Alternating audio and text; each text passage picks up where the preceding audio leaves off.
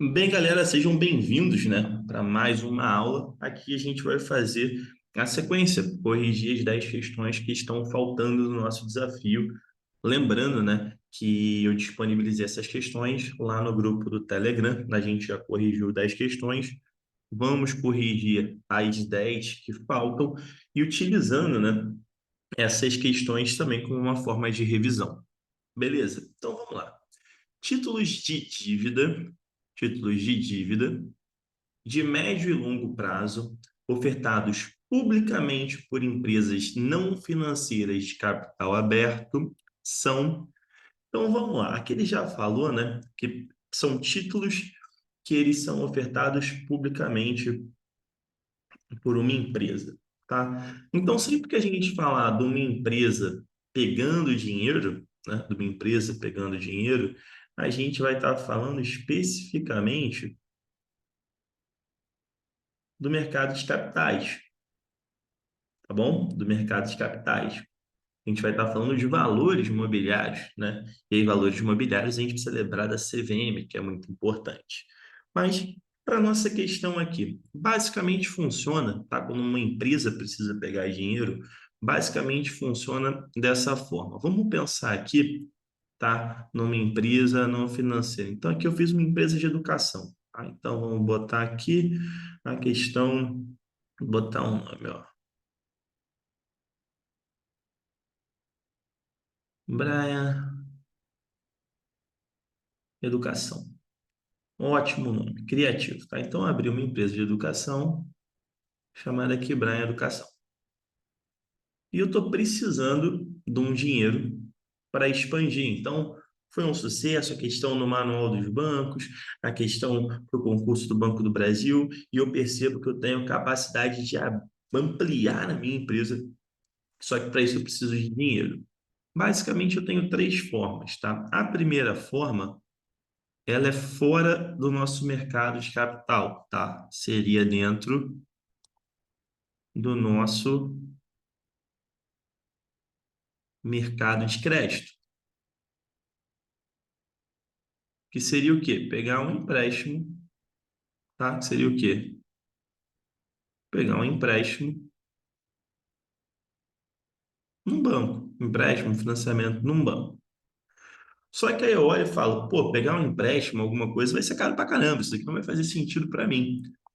Eu vou recorrer a pessoas que queiram, que acreditam no meu projeto, né? Eu vou atrás de investidores, vou esquecer o banco. Então, eu vou dentro do mercado de capital. E aí, dentro do mercado de capital, eu tenho duas possibilidades, basicamente, tá? Duas possibilidades. Eu posso, dentro do mercado de capital, emitir ações ou emitir dívida, tá? Qual é a diferença de eu emitir ações ou de eu emitir dívida, tá? Quando eu emito ações, o que que acontece? Eu não tenho dívida. Eu não preciso pagar nada. Eu dei as ações para essas pessoas, elas me deram o dinheiro. Só que o que que acontece? Eu passo a ter sócio, né? Quem comprou a ação virou sócio. Então, perceba, eu não tenho dívida, eu não vou ter que pagar isso no futuro, mas eu tenho novos sócios. E se eu tenho novos sócios, o que que vai acontecer? Eu vou ter que partilhar lucros, né? Então, se minha empresa der lucro, eu vou ter que partilhar os lucros. Se a empresa não der lucro, partilhar nada, eu não tenho nenhuma dívida. Consegue perceber isso? Só que eu tenho sócio. Só que o que que acontece? Eu acredito muito na minha empresa. E eu acredito que vai ter muito lucro. Eu não quero ter sócio, eu quero continuar com a minha empresa, eu sendo ali o cara que manda. Então, o que que eu faço? Eu posso, ao invés de emitir ações, eu posso emitir títulos de dívida. Então, quando eu emito de dívida, qual é o problema? Eu vou ter que pagar, né? Quando eu emito um título de dívida, não tem jeito, eu vou ter que pagar, né? Pagar uns juros. Que pode ser uns juros, pode fixar nos juros pré-fixado, posso colocar com inflação, enfim, vou ter que pagar juros. Qual é a vantagem? Eu não tenho sócio. O que que eu tenho? Eu tenho credor, ou seja, alguém que eu tenho uma dívida, alguém que eu tenho que pagar no futuro, tá? Então eu não vou partilhar meus lucros com essa galera. Eu simplesmente vou pagar a dívida, independente de ter lucro ou não. Entendeu a diferença? Estou devendo algo. Só que aí tem duas questões. Eu posso ter uma dívida de curto prazo, ou eu posso ter uma dívida de longo prazo.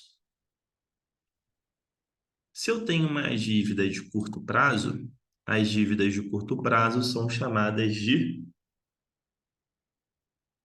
notas promissórias ou commercial papers, tá? Também costuma aparecer o termo em inglês. Se eu tenho uma dívida de longo prazo, eu tenho uma emissão de debêntures.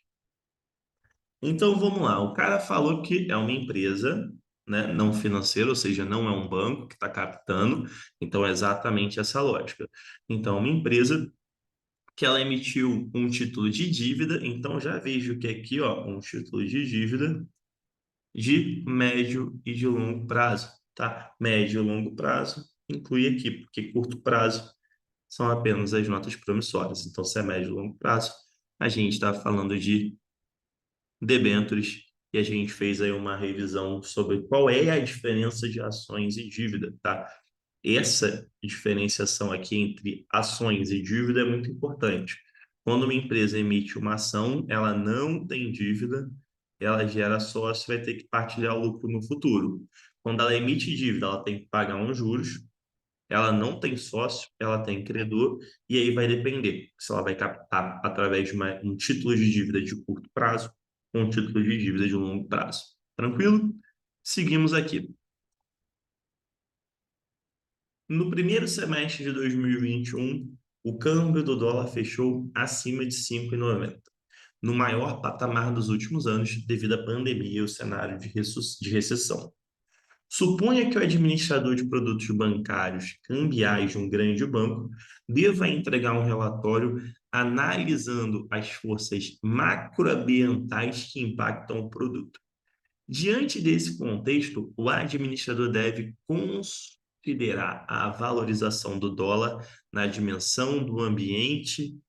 Cara, isso daqui é uma questão que é simplesmente de interpretação, tá? Por mais que seja uma questão de câmbio, e preste atenção no que eu vou falar aqui. Câmbio é o tema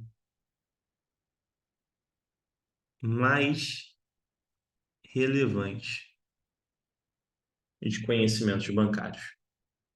Como assim, Brá? O mais importante, de fato, na tua vida prática não vai ser, tá bom? E se você olhar o edital, você também não percebe muito isso. Mas quando você vai para uma estrutura de prova, sempre tem questão de câmbio. Então, sempre tem questão de câmbio. E digo mais, na grande maioria das vezes, aparece mais de uma questão de câmbio na tua prova. Então, quando a galera vê câmbio, já começa a dar uma tremida. Já começa a dar uma tremida.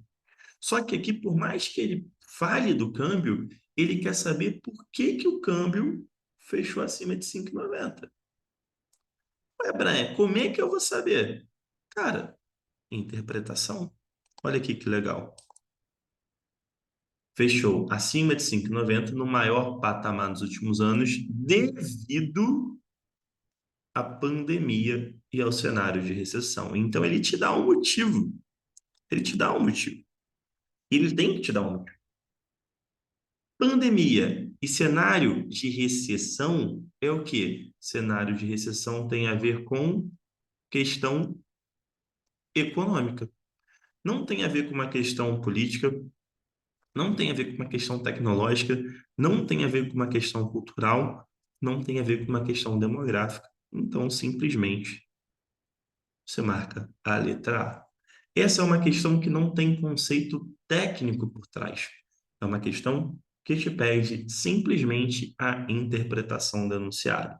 Então, por mais que você tenha um bloqueio em um determinado tema, sempre leia o enunciado com carinho, porque não é tão comum uma questão de câmbio que penda para a questão meramente interpretativa, e como essa, a gente vai ver outras, mas existem muitas questões de conhecimentos bancários que a simples interpretação te ajuda. E essa questão de simples interpretação é até mais presente na parte de vendas, tá? Então, você não precisa de ter nenhum conhecimento técnico, é só interpretar o que foi pedido. Beleza. Já que a gente falou, né, que câmbio é muito importante, vamos ver mais uma questão sobre isso. Em alguns períodos da história brasileira, o Banco Central adotou o sistema de bandas cambiais. Esse sistema apresenta a seguinte característica, tá? Então, antes da gente ver as alternativas, a gente precisa entender que existem três tipos de câmbio, tá? De sistema de câmbio. O nosso primeiro sistema que existe é o sistema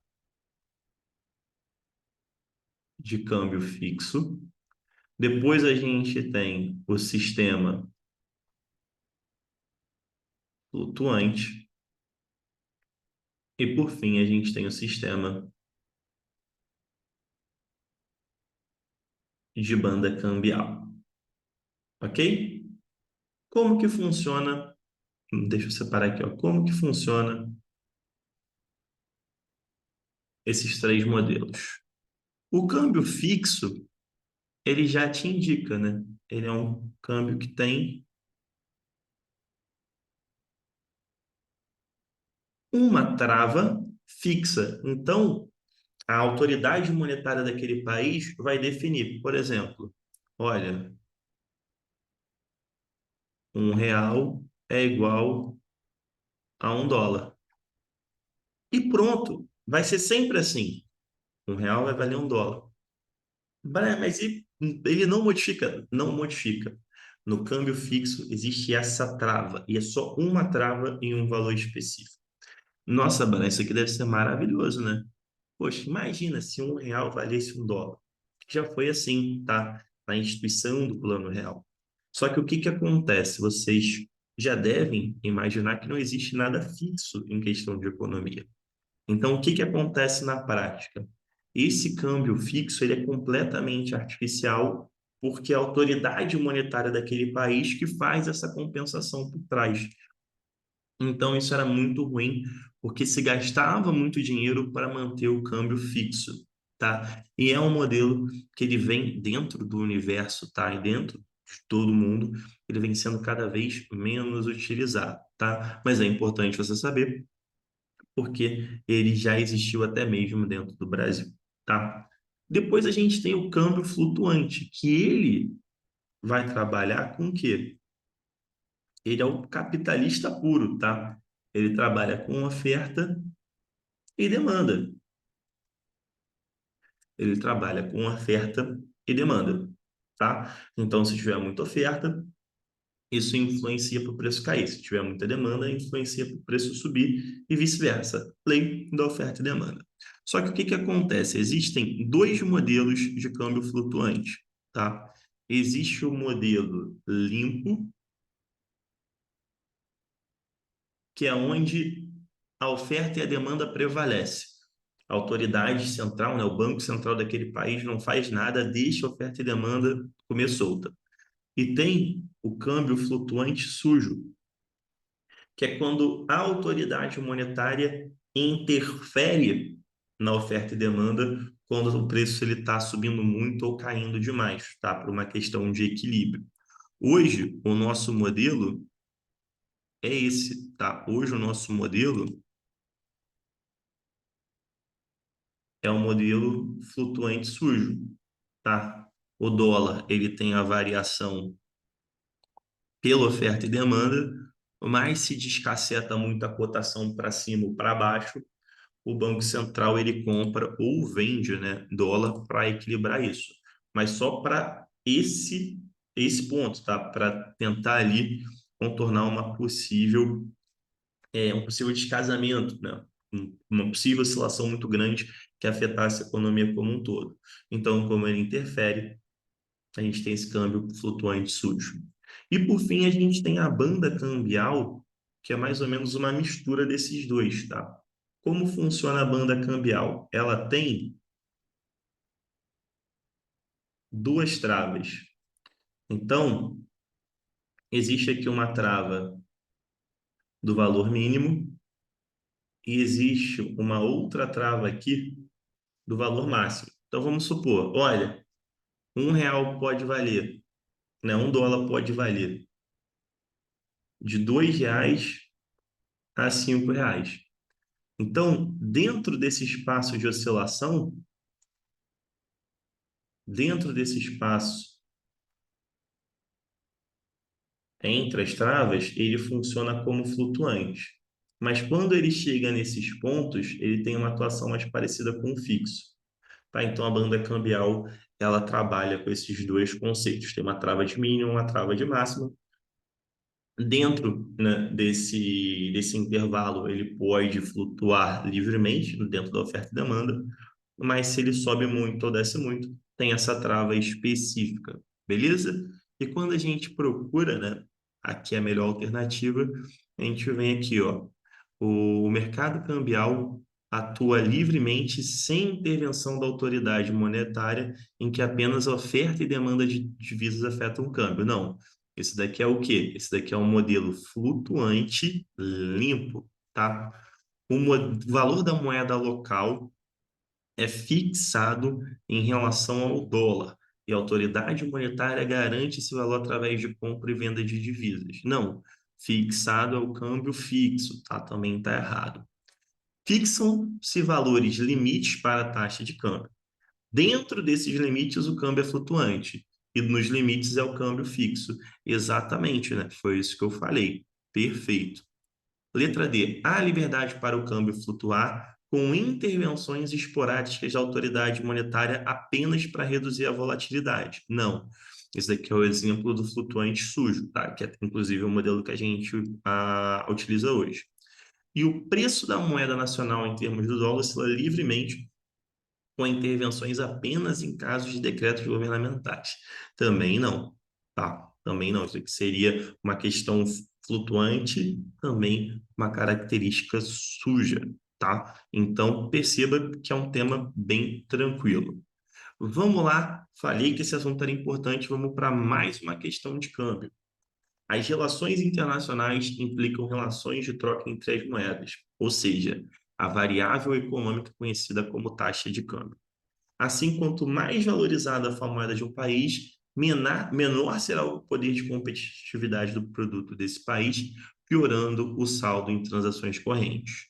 Nesse sentido, uma valorização cambial, essa parte aqui de transações correntes, a gente teria que falar de balança de pagamento, balança comercial, a gente teria que envolver PIB, tá? Seria algo muito mais complexo, tá bom?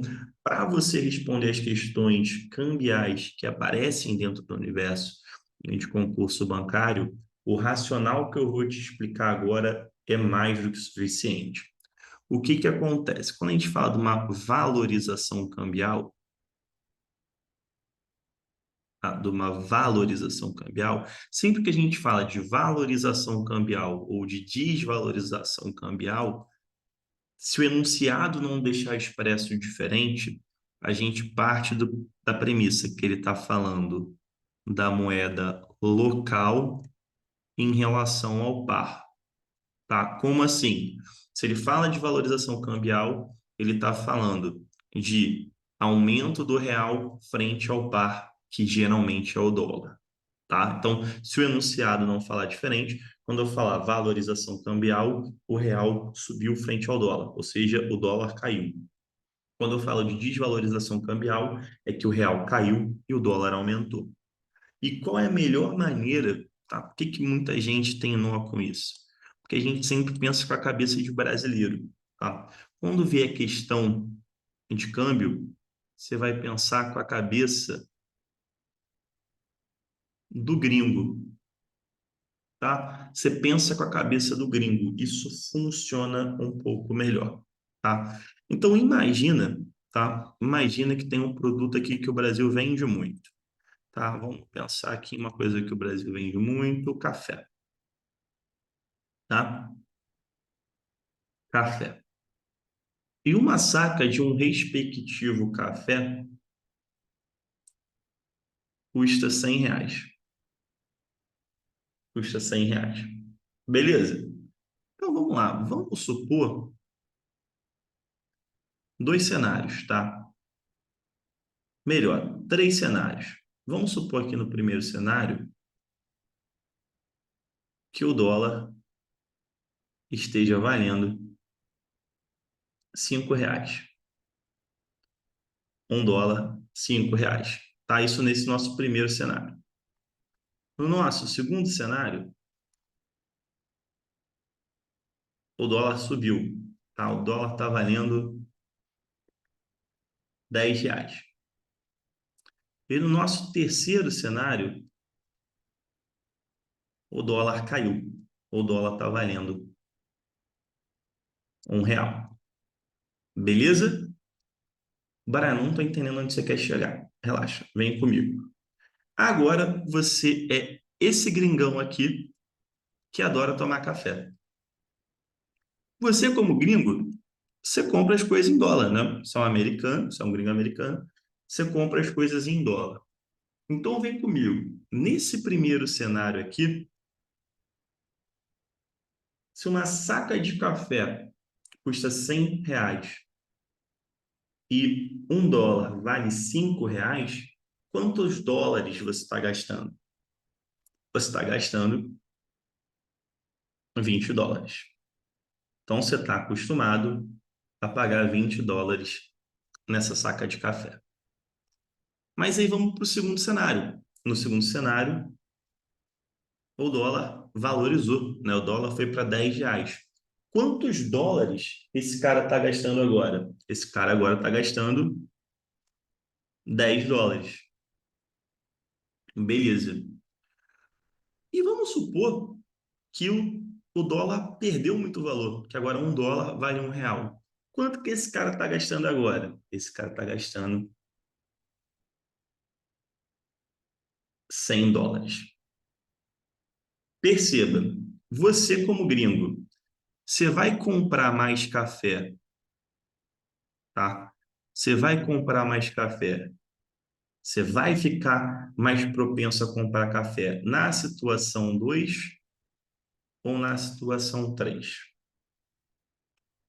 Lembre-se que esse gringo, ele tem a opção, por exemplo, de comprar café da Colômbia, que talvez lá na Colômbia esteja, ó, tá, US$ 25. O que que ele vai comprar a 100 se ele pode comprar lá 25?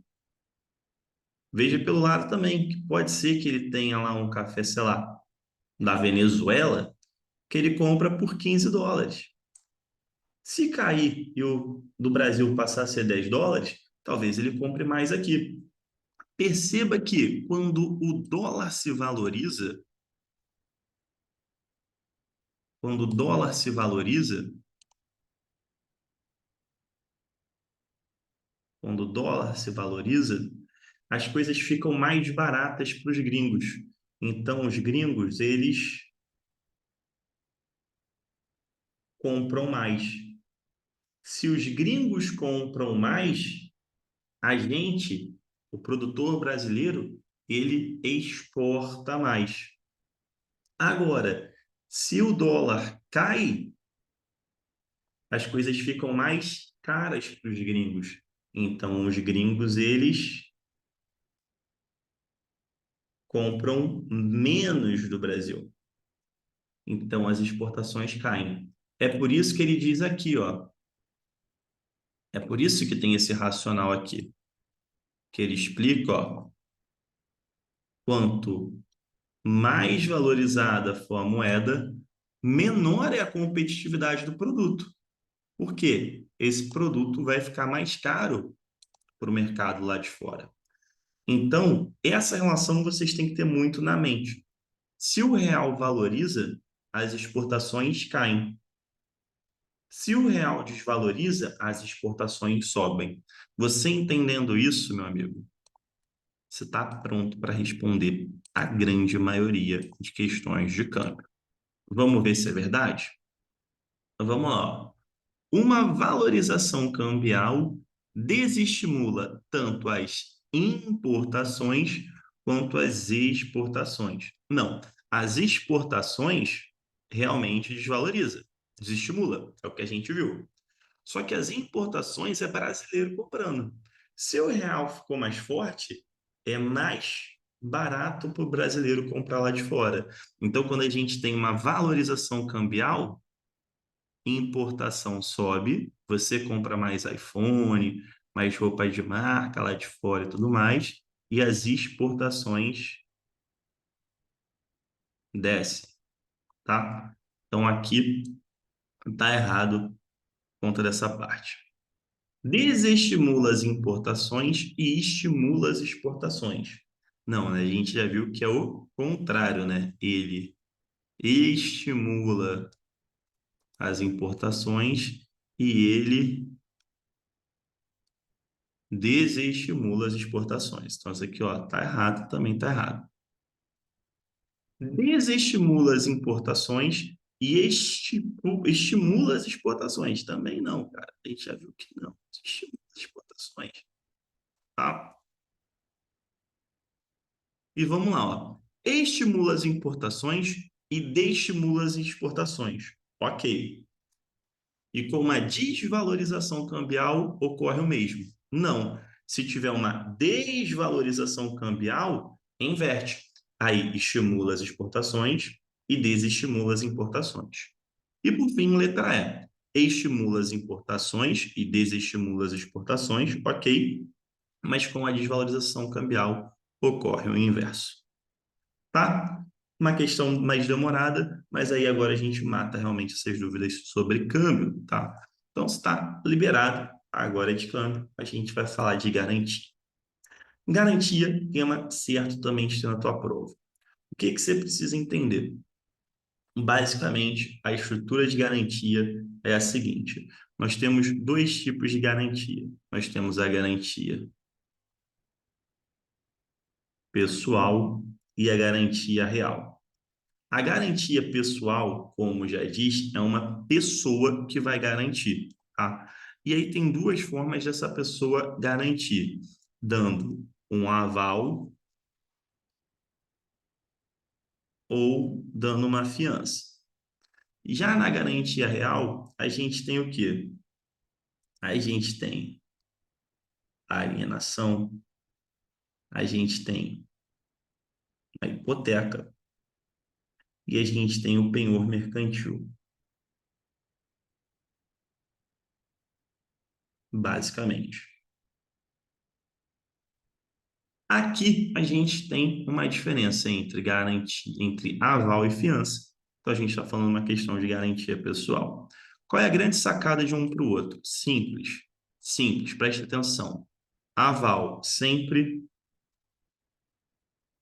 vai envolver um título de crédito. Fiança sempre vai estar vinculada a um contrato. Simples assim, tá? Então vamos lá. O aval é uma garantia pessoal, enquanto a fiança é uma garantia real. Não, a fiança também é uma garantia pessoal. O aval é uma garantia real, enquanto a fiança é uma garantia pessoal. Também não, né? O aval é uma garantia constituída em um título de crédito, enquanto a fiança é uma garantia estabelecida em contrato ou carta. Exatamente, tá? Exatamente, contrato ou carta. Aqui até botar isso daqui, que não é muito comum utilizar esse termo carta, tá? Contrato ou carta. No aval, o credor pode acionar diretamente o avalista, enquanto a fiança se aciona ao fiel depositário, tá? O que que acontece? O que que é fiel depositário? Fiel depositário é alguém que guarda, né, deposita um bem. Se tivesse um bem, seria garantia real. Fiança não é garantia real. O aval precisa da assinatura do cônjuge, enquanto a fiança não tem essa exigência. Não existe essa questão de diferenciação, tá? O que que mais vocês precisam ver que eu não vou falar aqui para você pesquisar, para não ficar muito longo, senão a gente não consegue falar das outras questões. É muito importante que você veja, olha, ordem de cobrança, que tem diferença, e eu tenho aula aqui no canal tanto de aval quanto de fiança, ordem de cobrança, é importante que você saiba, e também que você saiba do direito de regresso, tá? O direito de regresso. Mas aí isso tem nas aulas específicas aqui de aval e fiança. Com essa diferença idiota que eu já fiz para vocês, e com isso daqui, vocês respondem a maioria das questões. Beleza? Seguindo. O Fundo Garantidor de Créditos, o FGC, administra o mecanismo de proteção aos correntistas poupadores e investidores, proporcionando garantia limitada a, tá? O Fundo Garantidor de Crédito, ele é um fundo sem fins lucrativos, que ele funciona como uma espécie de seguro, tá? Ele não é um seguro. Ele não é um seguro, mas ele funciona nesse, nesse sentido. Que é o quê? Se a instituição que você guardar o seu dinheiro, ela quebrar, você tem uma garantia de até 250 mil, tá? Isso 250 mil por instituição, tendo aí uma limitação total de 1 milhão.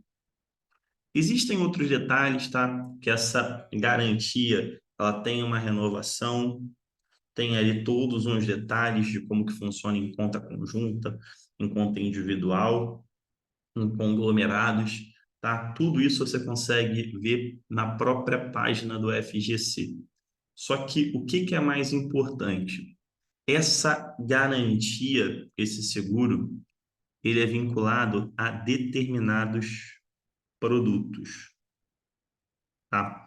É vinculado a determinados produtos. E basicamente, tá? Quais são os produtos? Eu vou facilitar para vocês, tá? Produtos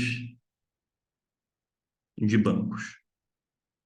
Mas não é qualquer produto de banco, porque, por exemplo, fundo de investimento é um produto do banco, COI é um produto do banco. Quando eu digo produto de banco, é o seguinte, ó, produtos do banco de captação. Ou seja, quando você empresta o dinheiro, quando você empresta para o banco. E aí, quais são os principais produtos onde você empresta dinheiro para um banco? Poupança, né? CDB, LCA, LCI. E você também empresta dinheiro para o banco quando você coloca dinheiro na conta corrente. Você não está tendo remuneração, mas o banco está usando esse dinheiro para emprestar para os outros. Então, isso daqui, quem te deve, quando você investe na poupança, numa LCI, no CDB, numa LCA, numa conta corrente, quem te deve é o banco. O banco te deve. E aí, se o banco quebrar, você fica na mão. E aí você tem essa proteção, tá? Então vamos lá. Letra de Tesouro Nacional, o dinheiro vai direto para o banco? Não, vai para o Tesouro. Fundo de investimento, o dinheiro vai direto para o banco? Não. O banco ele compra papéis para você, mas você não está emprestando dinheiro para ele. Então não. Depósito à vista. O que que é depósito à vista? Conta corrente. O que que é um depósito a prazo? Um exemplo é o CDB. Aqui você empresta dinheiro para o banco? Sim. Então aqui vai ter garantia do FGC, tá? Debêntures? Não, é de empresa. A gente já viu isso aqui. Ações? Também não, porque é de empresa, tá? Existem vários produtos que o FGC cobre. Entra na página do FGC que você vai ver. Só que se você for com essa lógica de que o FGC ele protege o dinheiro que você empresta para o banco, fica um pouco mais fácil, tá? Você foge um pouquinho da decoreba. Vamos lá. O crime de lavagem de dinheiro caracteriza-se por um conjunto de operações comerciais ou financeiras que buscam a incorporação na economia de cada país, de um modo transitório ou permanente de recursos, bens e valores de origem ilícita que se desenvolve por meio de um processo dinâmico que envolve, teoricamente, três fases independentes. O que que acontece, gente? Lavagem de dinheiro, importante que você dê uma olhada na carta circular 4001 e na lei de lavagem de dinheiro, que me fugiu aqui agora de cabeça, mas que está expressa no teu edital. Tá? São dois documentos importantes que você faça a leitura. Porque lavagem de dinheiro também sempre cai, sempre tem uma questãozinha. Mas a parte teórica, fugindo da parte legal, a parte teórica do crime de lavagem de dinheiro é o seguinte. Primeiro, o que que é lavagem de dinheiro? Lavagem de dinheiro vai ser tentar ocultar um recurso de origem ilícita, tá bom? É muito comum que a banca tente confundir com sonegação fiscal, porque sonegação fiscal, na grande maioria das vezes, é um dinheiro que foi conseguido de maneira lícita, que o cara não quer pagar o imposto e comete o crime de sonegação fiscal. Mas a origem do dinheiro ela é lícita. Na lavagem de dinheiro, não. A origem tem que ser ilícita. E basicamente a gente tem as três etapas, que é o COI, que é o quê? Colocação, ocultação e integração. Nessa ordem, especificamente. Aqui eu já entreguei o gabarito, né? Colocação, ocultação e integração. Já entreguei o gabarito fácil. Mas vamos lá, galera. O que que é a colocação? É a entrada do dinheiro na economia formal. Tá? Então, a colocação, quando eu vou lá, faço um depósitozinho, compro um terreno, faço alguma coisa. Então, o primeiro movimento desse dinheiro sujo na economia formal é a colocação. A ocultação. Aqui eu vou tentar esconder. Então, geralmente, a ocultação, ela envolve o quê? Diversas transferências, diversas transações, é afastar o dinheiro da sua origem. E a integração é a volta desse dinheiro para a economia com uma aparência lícita. É muito difícil, tá? Você, dentro de um caso de lavagem de dinheiro, saber em qual etapa, se já está na ocultação, se ainda está na ocultação ou se está na integração. Sei disso. Mas para comando de questão, essas palavrinhas, ó, são chaves. Colocação vai ter a ver com a entrada ou com a primeira movimentação na economia formal, tá? Ocultação vai ter a ver com esconder, com diversas transações, e a integração tem a ver com a volta, com o retorno do dinheiro. Então, você utilizando esses termos, você consegue identificar em qual etapa está uma eventual situação. Beleza? Considere as informações abaixo, segundo a Lei Federal 13.709, que é a LGPD, a Lei Geral de Proteção de Dados, tá? Sempre que tiver os nossos amiguinhos romanos, né? O que que a gente faz? Lê aqui embaixo. Quais estão corretas? Então vamos lá. Os dados pessoais, por serem públicos e notórios, não estão assegurados a toda pessoa natural. Pelo contrário, né? Os dados pessoais, dentro da questão da LGPD, eles estão assegurados. Eles estão assegurados.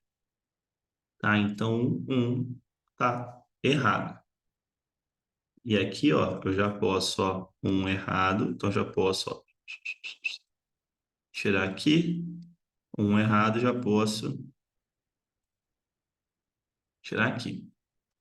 A lei não se aplica ao tratamento de dados pessoais realizados para fins exclusivamente jornalísticos e artísticos. Verdade.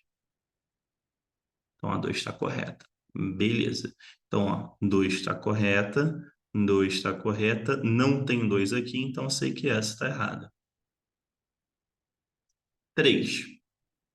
A lei se aplica ao tratamento de dados pessoais realizado para fins exclusivos de segurança do Estado. Você acha que algo para segurança do Estado vai ter uma proteção, vai ter ali um dado protegido, mas reservado? Não, né? Quando for para utilização de fins exclusivos da segurança do Estado, a lei não se aplica, tá? Então, o 3 aqui está errado.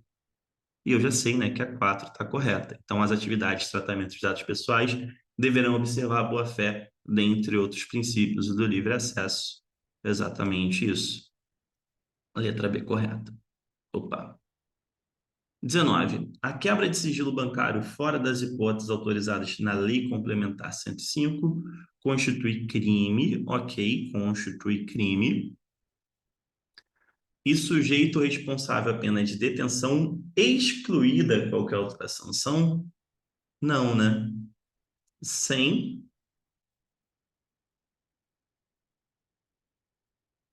ter prejuízo a outras sanções, né? E a questão também dessa pena de detenção, a gente vai ver que também tem um certo ruído. Apenas sujeita o servidor público a responder pelos danos decorrentes. Não, qualquer pessoa que infringe a questão do sigilo bancário, não é só o servidor público, né? Não é só o servidor público. Constitui contravenção apenada com prisão simples. Não, não é contravenção, é crime. Não constitui crime, já está errado. Constitui crime e sujeito responsável apenas de reclusão, sem prejuízo de outras sanções. Ok, exatamente. Tá. Letra E. Como que eu estudo isso? Não tem jeito. Lei, você senta a bunda e lê. Tá? Senta a bunda e lê, não tem muito que a gente fazer. Sigilo não aparece tanto. Tá? Pode ser que apareça na tua prova, mas não aparece tanto. A parte de lavagem de dinheiro é mais importante. E, para terminar, mais uma questão de câmbio, porque você achou que tinha acabado o câmbio. Eu imaginei que você ia estar cansado de câmbio. Então, vamos aqui trabalhar com um conceito que é importante, que é a diferença entre a taxa de câmbio nominal e a taxa de câmbio real. A taxa de câmbio nominal é a que aparece no jornal.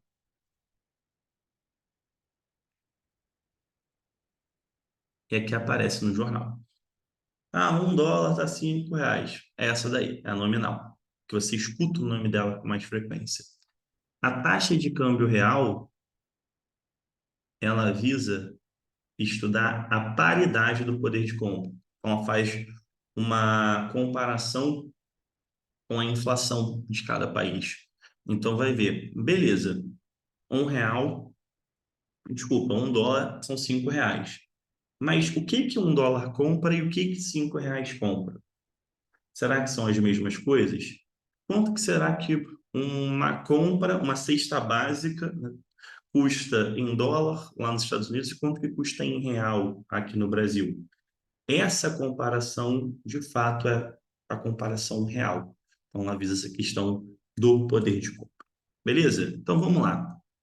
Nominal determina a competitividade efetiva dos produtos exportados no país. Não, não tem nada a ver.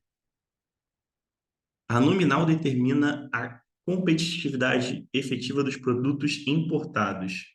Também não, tá? Não determina.